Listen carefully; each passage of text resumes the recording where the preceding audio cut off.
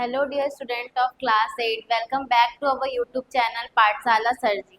तो चलिए जल्दी से स्टार्ट करते हैं। हम लोग आपके इम्पोर्टेंट क्वेश्चंस जो आपके एग्जाम पॉइंट ऑफ व्यू से बहुत ज़रूरी है, मैं उसको एक्सप्लेन भी करते चलूँगी ताकि आपको याद करने में ईजी हो। ओके, तो let's start our class without any wasting time. देखो आपका फर्स्ट ऑब्जेक्टिव से स्टार्ट हो रहा है, तो आप लोग ऑब्जेक्टिव फिलअप्स ये सब ट्राई किया करो कि आप भी मेरे साथ साथ करते जाओ ताकि आपका रिवीजन भी हो। और अगर आप एक आंसर ट्राई कर लेते हो लिखने का, अगर गलत हो जाता है तो वो आपको और अच्छे से याद रह जाता है। तो चलो देखते हैं फर्स्ट क्या है आपका।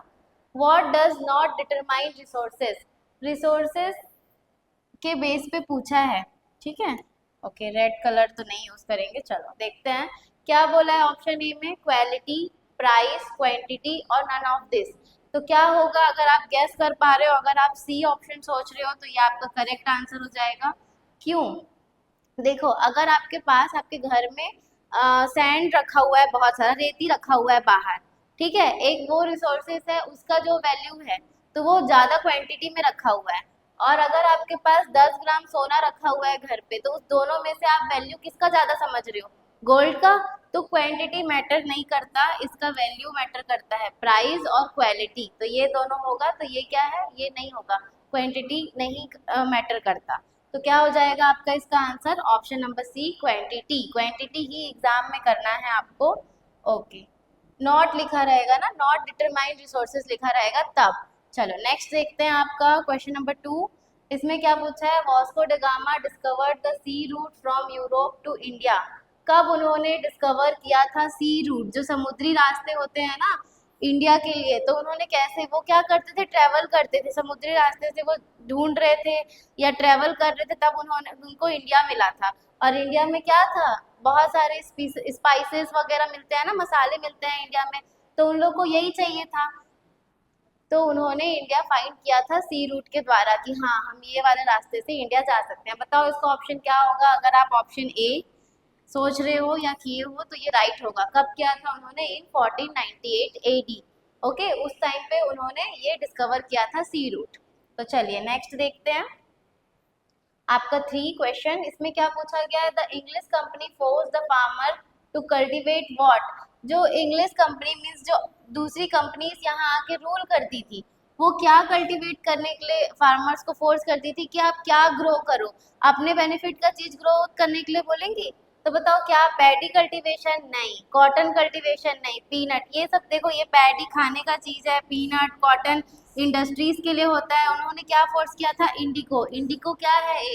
एक जो ब्लू कलर होता है, वो क्या करते थे, उसको सेल करते थे बाहर। इससे क्या होता था, इंडिको से क्या यूज करते हैं, ब्लू कलर कपड़े वगैरह में, क्लोथ्स वगैरह में कलर करने के यूज में आता था। तो वो क्या करते थे, इसकी ना खेती होती है, इसका कुछ अभियान भी चला था, नील आंदोलन करके चला था कि हमको ये नहीं करना है, हमको अपना राइस व्हीट ग्रोथ करना है। इंडियन क्या चाहेगी, जो अपना खाने का चीज लगाने के चाहेंगी ना। और ये इंडिको का उनको खेती करने में ना बहुत ज्यादा लॉस भी होता था, या अच्छे से ग्रोथ नहीं हो पाता था, या इसका प्रॉपर जैसा करना रहता है खेती इंडिया के लोग को आता नहीं था। तो वो सब के कारण वो लॉस में थे। लेकिन ये जो कंपनी थी ब्रिटिशर्स, वो क्या करते थे, उनको फोर्स करते थे कि तुम यही ग्रोथ करो, क्योंकि उनको बेनिफिट था। वो क्या करते थे, उसको सेल करते थे, यूरोप्स वगैरह में सेल करते थे, वहां बहुत ज्यादा डिमांड थी इसकी ब्लू डाई की। ओके, तो ये याद रखना इंडिगो का है और इसके पीछे का स्टोरी भी। अब देखो नेक्स्ट क्या है फोर्थ में। Fort William college is located at. Fort William college कहाँ है आपका? दिल्ली में है। देखो सॉरी सॉरी कोलकाता में, option D. Option D Calcutta में होगा। क्या है इस कॉलेज में ऐसा? ये विलियम क्या ब्रिटिशर्स बनाए थे, क्यों? अपने बेनिफिट के लिए बनाए थे, ताकि वो अच्छे से यहाँ पे रूल कर पाए प्रॉपर तरीके से, उनको थोड़ा लैंग्वेज वगैरह भी आए और यहाँ के लोगों को वो समझ पाए। इसके कारण उन्होंने ये कॉलेज बनवाया था। कहाँ पे? कलकत्ता में, ऑप्शन डी। ओके, नेक्स्ट देखते हैं हम लोग 5 क्वेश्चन। देखो क्या है इसमें। Iron ore is not. Iron ore is not, iron में क्या नहीं रहता? आयरन तो खुद देखो मैग्नीज भी रहता है, गेमाइट गोमाइट भी देखो, गोल्ड आ जाएगा आपका, ऑप्शन सी गोल्ड। गोल्ड नहीं रहता, गोल्ड एक प्योर मेटल होता है। ओके, तो आप क्या, आयरन और क्या नहीं है, गोल्ड नहीं है, ऑप्शन सी। देखते हैं next question number 6। The phone number of police, ये तो आपको सबको पता ही होगा। Control room is what's the number of, क्या डायल करते हैं 100 करते हैं ना, तो क्या आ जाती है, पुलिस आ जाती है। क्यों? अगर कहीं पे भी कुछ इमरजेंसी है, कुछ हुआ है जहाँ पुलिस को इन्फॉर्म करना है या बुलाना है, तो क्या डायल करना रहता है अपने फोन से, 100 दैट्स द 100। सो नेक्स्ट करते हैं हम लोग क्वेश्चन नंबर 7। इसमें क्या है, गोल्डन फाइबर इज कॉल्ड। बताओ इसमें से गोल्डन फाइबर किसको बोला जाता है, जो बहुत यूजफुल है। मैं आपको हिंट करती हूँ, बैग्स वगैरह या पैकेजिंग वगैरह करने में हेल्प होता है। तो ये क्या है, और उसका कलर भी गोल्डन रहता है। तो आप लोग गैस किए होंगे बी, जूट। ठीक है, आपको हो जाएगा ऑप्शन बी, जूट, ये करेक्ट आंसर हो जाएगा। क्योंकि ये एज अ गोल्डिश टाइप का भी रहता है और ये बहुत हेल्पफुल होता है और नेचुरली बहुत अच्छा है ये। ओके नेक्स्ट देखते हैं question number 8। When is United nation day celebrated. बताओ यूनाइटेड नेशन डे कब मनाया जाता है और ये कब बना था। ये आपका बना था 1945 में, वर्ल्ड वॉर खत्म होने के बाद, जब इसी सन पे खत्म हुआ था ना वर्ल्ड वॉर सेकेंड, तो उस टाइम पे बना था। कब बना था ये आपका करेक्ट हो जाएगा ऑप्शन नंबर 8, 24 अक्टूबर। अब देखो यहाँ पे भी लिखा है तो ये डबल हो गया है ना, इसको आप कट कर दीजिए। ऑप्शन नंबर ए राइट हो जाएगा आपका 24 अक्टूबर, याद रहेगा ना डेट। चलो नेक्स्ट देखते हैं आपका 9th नंबर का। इन 1999 द वर्ल्ड पॉपुलेशन वॉज, इस टाइम पे वर्ल्ड का पॉपुलेशन कितना था। तो आप लोग गैस कर सकते हो कितना था। ऑप्शन बी 6 बिलियन थे उस टाइम पे पॉपुलेशन। उस टाइम क्या हुआ था, जस्ट हेल्थ फैसिलिटी वगैरह बहुत प्रॉपर डेवलप हो चुका था, लोगों को अच्छी मेडिकल फैसिलिटीज वगैरह प्रोवाइड की जाती थी, तो उसके कारण पॉपुलेशन इंक्रीज हुआ था, डेथ रेट कम हुआ था। अब देखो यहाँ पूछा है प्रयाग तीर्थ ऑफ छत्तीसगढ़ इज कॉल्ड। तो प्रयाग तीर्थ में क्या है ऐसा, वहाँ पे क्या होता है, त्रिवेणी संगम है, 3 नदियां आके मिलती है। तो ऐसे ही हमारे छत्तीसगढ़ में कहाँ पे ऐसा पाया जाता है जहाँ 3 नदियां मिल रही है। बताओ, सिरपुर, भिलाई, सरगुजा, राजिम, विच। आपका करेक्ट हो जाएगा ऑप्शन ए, राजिम। राजिम में ऐसा सेम है, वहाँ 3 नदियां आके मिल रही है, त्रिवेणी संगम। तो उसको यहाँ छत्तीसगढ़ का क्या बोला जाता है, प्रयाग तीर्थ। याद रहेगा राजिम में, और कहीं मत कर देना राजिम। ठीक है, चलो अब आपका आएगा फिलिप्स। तो देखते हैं फिलिप्स में क्या पूछा है। Account is income and expenditure is called. बताओ जहाँ आपका इनकम और खर्चे, एक्सपेंस का कैलकुलेशन हो, उसको क्या बोलते हैं। जैसे आप घर में भी नॉर्मल बता रहे हो कि इतना पैसा है, इसमें ये खर्च करना है, तो वो आपका क्या हो जाता है, उसको क्या बोलते हैं, बजट। ठीक है, तो ये आपका आंसर हो जाएगा बजट। अब देखो इसमें क्या है, organic matter deposit on loamy soil is called. इसको क्या बोलते हैं, जो क्या रहता है नेचुरल तरीके से एज अ जो सॉइल का ग्रोथ करता है कि वहाँ अच्छे उपजाऊ, अच्छे से पेड़ पौधे उगते हैं, या जो भी फार्मिंग करते हैं उसको क्या बोलते हैं, ह्यूमस। ठीक है, चलो नेक्स्ट देखते हैं आपका Kaziranga national park is in. ये जो नेशनल पार्क है वो कहाँ है, आपको पता होगा कहाँ है, ये आसाम में। ठीक है, ये आसाम में लोकेटेड है। यहाँ पे बहुत सारे एनिमल्स वगैरह को प्रोटेक्ट करने के लिए ये बनाया गया था। राइनोस करके आप लोगों ने एनिमल्स को जानते होंगे, उनके लिए मोस्टली बनाया गया था। तो ये सारे एनिमल्स को वहाँ प्रॉपर तरीके से अच्छे से वैसा स्विचेबल इन्वायरमेंट दे के वहाँ रखा जाता है। तो ये आपको आंसर्स याद होंगे। अब देखो नेक्स्ट करते हैं 14 एंड 15। क्या है इसमें, for the evolution of land revenue in Gujarat movement took place in, ये कौन से डिस्ट्रिक्ट में हुआ था, कौन से डिस्ट्रिक्ट में हुआ था ये, खेड़ा डिस्ट्रिक्ट ना, खेड़ा डिस्ट्रिक्ट में ये हुआ था। इसमें क्या हुआ था बताओ, इसको कौन लीड किया था, महात्मा गांधी लीड किए थे। यहाँ पे क्या हुआ था, गुजरात में ना फार्मर्स जो थे वो अच्छे से खेती, उनका ग्रोथ नहीं हो पा रहा था। वो कर तो रहे थे लेकिन कुछ ना कुछ इशू के कारण वहाँ पे अच्छे से खेती नहीं हो रहा था। लेकिन ब्रिटिशर्स क्या कर रहे थे, उनको बोलते थे कि आप लैंड रेवेन्यू दो, प्रॉपर तरीके से दो, इतना ही आपका खर्चा है, आप उसको पे करो। तो क्या होता है ये, इसमें पे करने के लिए उनके पास पैसे रहे तब तो वो पे करें। तो इसको लीड किसने किया था, महात्मा गांधी ने किया था। और क्या किया था कि ब्रिटिशर्स को बोले थे कि हाँ ऐसा नहीं है, ये गलत है, जब ग्रोथ नहीं हुआ है तो फार्मर्स इसको पे नहीं कर सकते। ठीक, 3 देखते हैं ना। Touching the certain parts of human body in an objectionable way should be, इसका आंसर हो जाएगा आपका अपोज्ड। देखो अगर कोई भी विदाउट परमिशन किसी को टच करने का ट्राई करता है तो उसके खिलाफ क्या कर सकते हैं, कंप्लेन कर सकते हैं, उसको मना कर सकते हैं, या आप प्रॉपर अपने पेरेंट्स या टीचर्स को उसके खिलाफ कंप्लेन कर सकते हो। तो इसका आंसर याद रखना और इसका खेड़ा डिस्ट्रिक्ट। ठीक, चलो नेक्स्ट देखते हैं हम लोग क्वेश्चन नंबर 2। ये आपका वेरी शॉर्ट है, तो देखो इसमें क्या पूछा है, right down the child helpline number, what are the circumstances in which we can use the child helpline number. Child helpline number के बारे में पूछा है कि चाइल्ड हेल्पलाइन नंबर क्या है और हम लोग उसका यूज कैसे करते हैं या कब करते हैं। देखो चाइल्ड हेल्पलाइन नंबर क्या है, 1098। ये नंबर याद रखना 1098। इसमें क्या रहता है, through children helpline number we can punish to guilty, child helpline number is for the safety of children, we can use it a report child abuse and punish them. देखो अगर कोई चिल्ड्रन से गुम गए हैं या उनको कोई परेशान कर रहा है तो हम लोग ये नंबर डायल करके उनके खिलाफ कंप्लेन कर सकते हैं।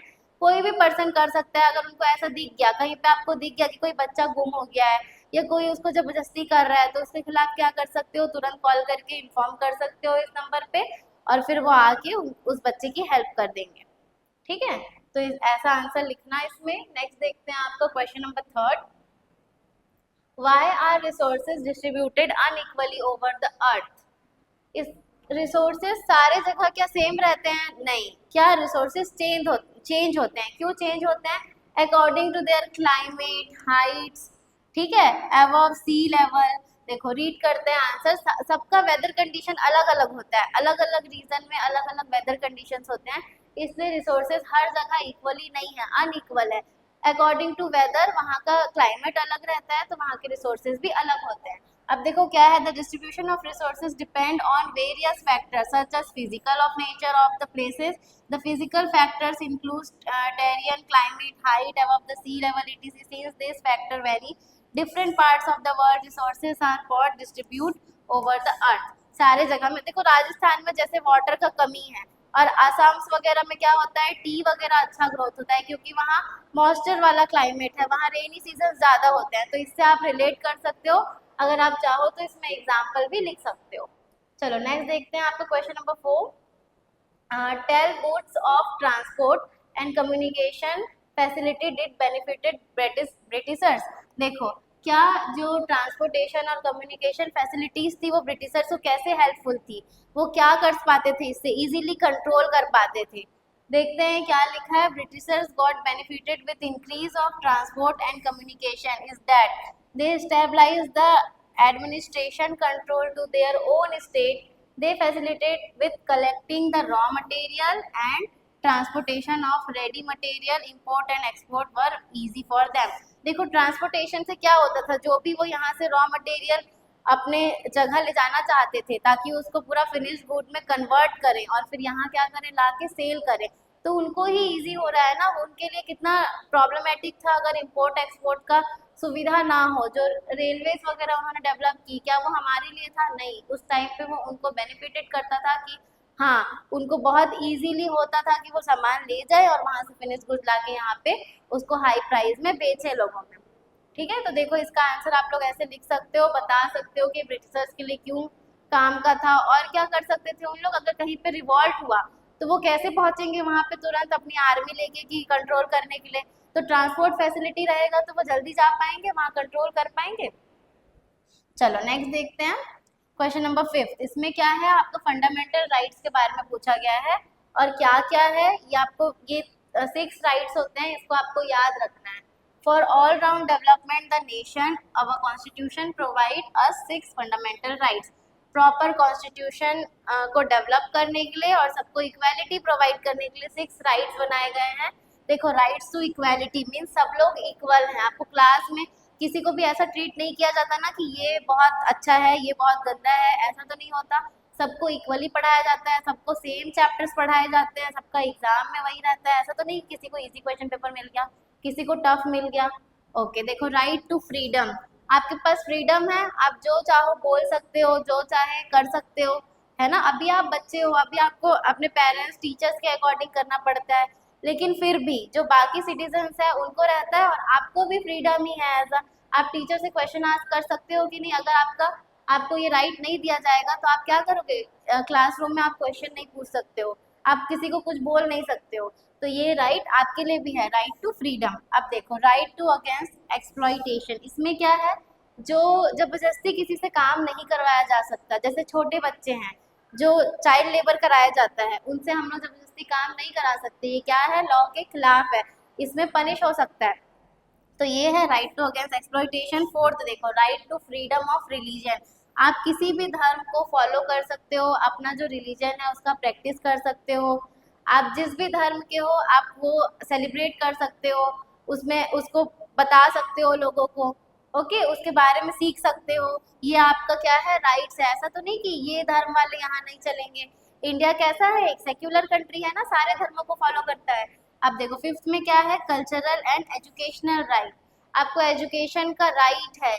इंडिया में क्या है, 6 to 14 ईयर्स के जो बच्चे हैं उनको क्या होता है, फ्री एजुकेशन प्रोवाइड किया जाता है। कहाँ, गवर्नमेंट कॉलेज में। जो पुअर बच्चे होते हैं, जो नहीं जा सकते स्कूल, फीस नहीं दे सकते, उनको पास खाना नहीं है, तो स्कूल में क्या प्रोवाइड करना किया जाता है, मिड डे मील, ताकि वो स्कूल जाएं, पढ़े, वहाँ पे सीखें और खाना भी वहीं खाएं, उनको प्रॉपर जो एजुकेशन है, जो बचपन का जो एजुकेशन होता है वो उनको मिल पाए। ओके देखो नेक्स्ट क्या है, 6 right to constitutional and remedies, जो भी अगर कॉन्स्टिट्यूशन में सबको एक समान माना जाए, किसी पे भेदभाव नहीं किया जाए, जो कोर्ट वगैरह जाते हैं डिसीजन क्या होता है, सबको प्रॉपर देख के लिया जाता है ना, ऐसा तो नहीं कि डिफ्रेंशिएट करते हैं। ओके तो ये राइट्स आप अच्छे से याद रखना और इसको अच्छे से लिख के आना। अगर ये आपका ज़्यादा मार्क्स क्वेश्चन में आता है तो इसको विद इन 2 लाइन्स आप एक्सप्लेन भी करना इसके अंदर एग्जाम्पल देके, और अगर ये जैसे शॉर्ट आंसर में तो सिर्फ आप इसके हेड्स लिख सकते हो। नेक्स्ट देखते हैं, क्वेश्चन नंबर 6 में पूछा है what do you mean by FRI। सबसे पहले आपको FRI का फुल फॉर्म पता होना चाहिए, फर्स्ट इंफॉर्मेशन रिपोर्ट। ओके देखो क्या है, in the initial police document filed when information about a cognizable offence is received, it is the first step is criminal investigation. अगर आपको किसी के लिए भी कंप्लेन करना है या कुछ भी इंफॉर्मेशन देना है तो आप क्या कर सकते हो, FIR करवा सकते हो, जिसमें क्या होगा, पुलिस उसके ऊपर इन्वेस्टिगेट करेगी, ठीक है, एक्शन लेगी। तो ये होता है FRI, और सबसे फुल फॉर्म तो लिख के ही आना, फर्स्ट इंफॉर्मेशन रिपोर्ट, और उसको ऐसे एक्सप्लेन करके आना। चलो नेक्स्ट देखते हैं आपको question number 7, explain the value addition. Value addition क्या है, value addition as a example आप लोग समझो, एक फार्मर है, फार्मर है, वो क्या कर रहा है, वीट प्रोड्यूस कर रहा है, ठीक है, यहाँ पे वीट प्रोड्यूस कर रहा है, वो कितने का दे रहा है, 1 kg, 1 kg जो है वो कितना दे रहा है, 20 रुपीज़ का दे रहा है। अब सेकेंड वो किसी और के पास गया जो उसका क्या बना रहा है, फ्लोर, आटा उसका बना दे रहा है, वो क्या दे रहा है, 30 रुपीज़ kg दे रहा है ना, 30 रुपीज़ दे रहा है, 30 रुपीज़ में दे रहा है 1 kg। अब नेक्स्ट बताओ, अगर वही दुकान वगैरह में चला गया जिसका उन्होंने ब्रेड बना दिया है, तो ब्रेड एज अ पैकेट या जो भी, तो वो कितने में दे रहे हैं, 50 रुपीज़ में दे रहे हैं। तो ये देख रहे हो, हर एक स्टेज में आपका क्या हो रहा है, प्राइस इंक्रीज हो रहा है, बढ़ते जा रहा है। तो वही होता है, देखो value addition is the increase the value of goods and service at each state of production. जिस जिस स्टेज में जो जो वो प्रोडक्शन होते जा रहा है या जो जो सर्विस प्रोवाइड की जा रही है, तो उसके लिए क्या हो रहा है, यहाँ पे आपका प्राइस देख रहे हो आप, यहाँ 30, यहाँ 20, फिर 50, तो ये एज अ इंक्रीजिंग ऑर्डर है, धीरे धीरे बढ़ते जा रहा है, स्टेजेस चेंज हो रहे हैं, या आप ऐसे बोल सकते हो ये स्टेज 1 है, फिर ये 2 है, फिर ये 3 है। ओके तो देखो ये value addition as a example भी दे देना और ऐसे एक्सप्लेन भी कर देना। नेक्स्ट देखते हैं, चलो question number 8, what do you know about our countries parliament. Parliament के बारे में आप क्या क्या जानते हो, पहले आपको पता होगा पार्लियामेंट में कौन कौन से हाउसेज होते हैं, लोकसभा एंड राज्यसभा, ठीक है, लोकसभा, राज्यसभा और क्या, प्रेसिडेंट, ये तीनों से मिलके क्या बनता है हमारा एक पार्लियामेंट। ये आपको याद रखना है, ये क्या है, ये पूरा पार्लियामेंट, ये ऐसे याद रखो। अब देखो पार्लियामेंट क्या काम करती है, जो भी कोई बिल पास किया जाता है, कानून, क्या वो शुरू से कानून बन जाया रहता है, वो लॉ में कन्वर्ट हो जाता है, नहीं, पहले एक बिल पास होता है तो उसको कौन साइन करता है, मेजोरिटी के साथ लोकसभा से पास होना चाहिए, फिर राज्यसभा से पास होना चाहिए, फिर आफ्टर प्रेसिडेंट साइन, ठीक है, उनके सिग्नेचर के बाद क्या होगा, लॉ बन जाएगा। तो देखो क्या है, parliament is a law making body, लिखा है, लॉ बनाने का एक बॉडी है पूरा, government includes the president, Lok Sabha, and Rajya Sabha, Lok Sabha, Rajya Sabha और प्रेसिडेंट, इसमें इतने लोग हैं। Any bill become law only when it passed by both the houses, इसको क्या बोलते हैं, लोअर हाउस, लोअर हाउस और इसको अपर हाउस, ठीक है। तो इसको दोनों को हाउसेज बोला है of parliament and signed by the president, president भी इसमें साइन करेंगे। और क्या, लोकसभा और राज्यसभा, लोकसभा को किससे डिनोट कर रहे हैं, लोअर हाउस ना, ऐसे याद रखना, लोअर हाउस, और राज्यसभा को किससे डिनोट कर रहे हैं, अपर हाउस, ठीक, याद रहेगा आपको। तो देखो ये आंसर आपको कंप्लीट। नेक्स्ट देखते हैं क्वेश्चन नंबर 9, इसमें क्या पूछा गया है, what do you understand by constituted committee, when was committee formed. देखो ये जो कॉन्स्टिट्यूशन कमिटी है वो कब फॉर्म हुआ, कब हमारा कॉन्स्टिट्यूशन बनाया गया और कैसे, कब, ये इंडिपेंडेंस के बाद हुआ था। तो देखते हैं, स्टार्टिंग से तो इतने सारे लॉज वगैरह नहीं बने होंगे ना, किसी ने इसको बनाया होगा कि हाँ हमारे कंट्रीज में ये रूल्स होंगे, ये राइट्स होंगे, तो उसी के बारे में पूछा है। देखो, for making constitution a committee of intelligent peoples was formed which is known as a constitution assembly, जहाँ कुछ अच्छे समझदार लोग का एक ग्रुप था, उसको क्या बोल रहे हैं, कॉन्स्टिट्यूशन असेंबली और constitution committee. Okay, in this committee there was कितने मेंबर थे, 299 मेंबर्स का एक different parts of the country के अलग अलग स्टेट से क्या आए थे मेंबर्स, कितने, 299, जो प्रॉपर फेमस हो, इंटेलिजेंट हो या नाम में हो, लीडर्स वगैरह हो, उनका ग्रुप बना के क्या बनाया गया, कॉन्स्टिट्यूशन। देखो आगे क्या लिखा है, it was formed under the presidentship of doctor Rajendra Prasad, ये उनको ये हेड थे उस time. All states were given equal representative in assembly, from each state prominent persons were made in the member. Prominent person मतलब होता है फेमस पर्सन्स हो, ठीक है, वो होते हैं प्रोमिनेंट पर्सन। अब देखो नेक्स्ट क्या लिखा है, the main aim of formation of this committee was to form the best constitution, it is form the job of constitution is to protect citizen to welfare of the state equally and given representation of all the section of people of the society to avoid them the controversy and conflict of the constitution assembly was formed। देखो main motive क्या था उनका, कि proper सबको सही से right मिले, सबको उनका अधिकार मिले और डिस्क्रिमिनेशन ना हो, सब सही तरीके से हो। और हमारा कॉन्स्टिट्यूशन कौन बनाए थे, बी आर अम्बेडकर, भीमराव अम्बेडकर जी ने प्रॉपर बनाया था। उनको क्यों बनाने के लिए दिया गया था, क्योंकि वो सही तरीके से बनाने के केपेबल थे, वो डिस्क्रिमिनेशन नहीं करेंगे किसी भी लोगों में, वो प्रॉपर सबको इक्वल राइट्स प्रोवाइड करने के लिए सही थे, तो इसलिए उनको दिया गया था, उन्होंने प्रॉपर लिखा था। तो इसमें आप लोग ऐसे एक्सप्लेन कर सकते हो कि ये लोगों का ग्रुप था, इतने मेंबर्स थे, देन उन्होंने मिल के बनाया, सबके लिए सही हो, सबको सही राइट्स प्रोवाइड हो, सबके लिए सही जजमेंट हो, उसके और किसके हेड में था, डॉक्टर राजेंद्र प्रसाद के।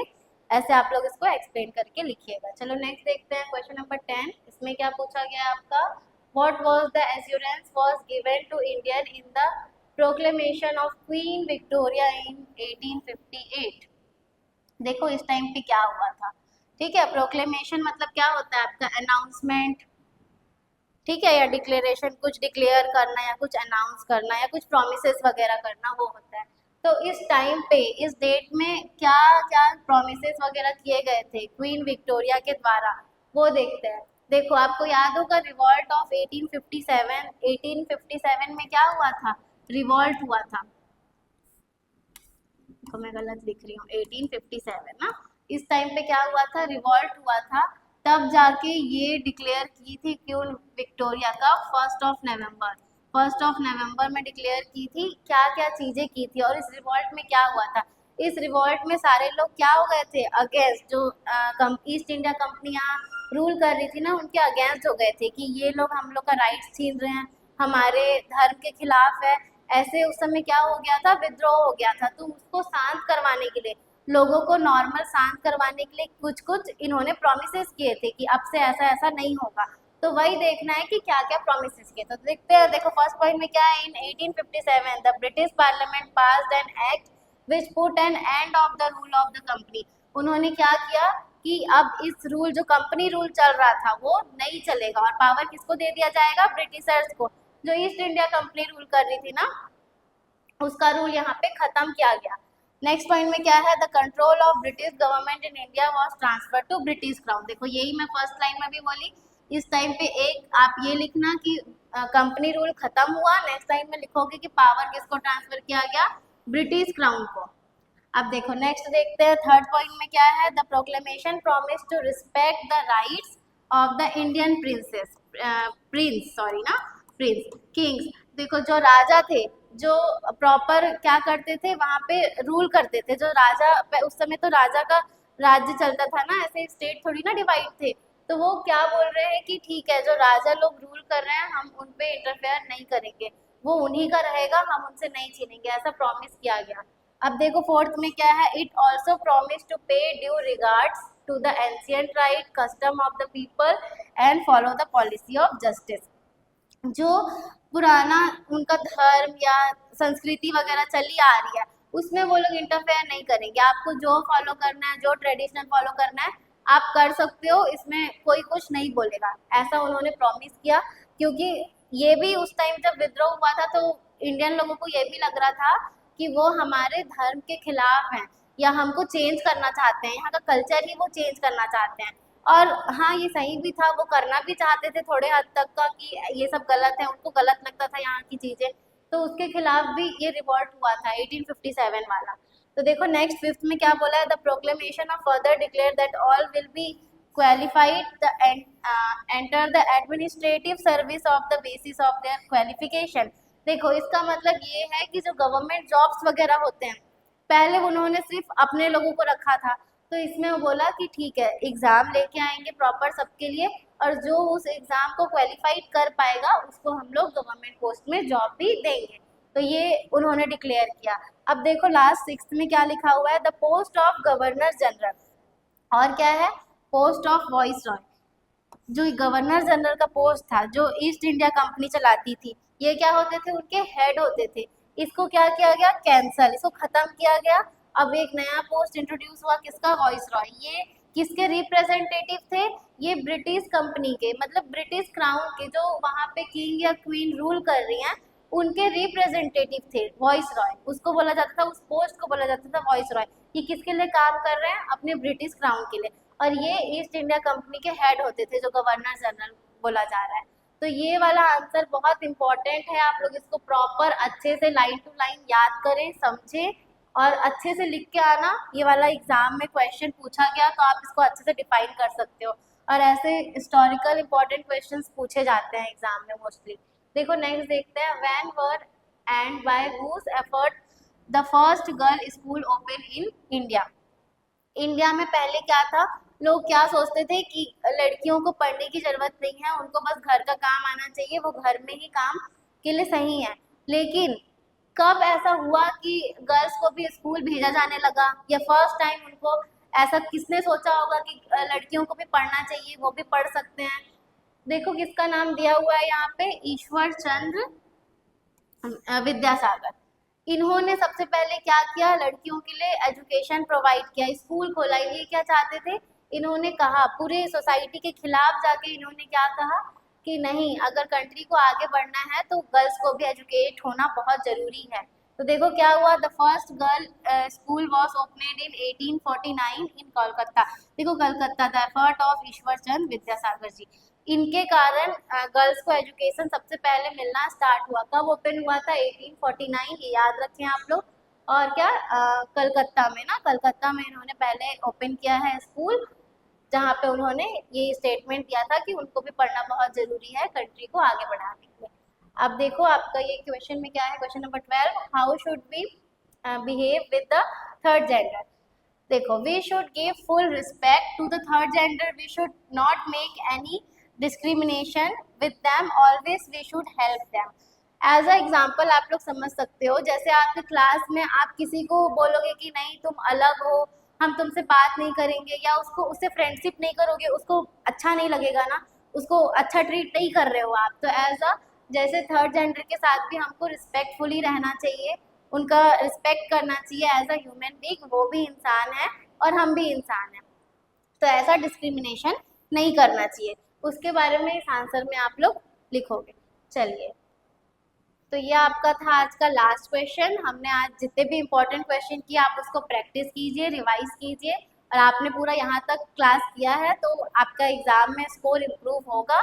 तो चलिए मिलते हैं नेक्स्ट वीडियो में। Thanks all of you, do your best in your exam.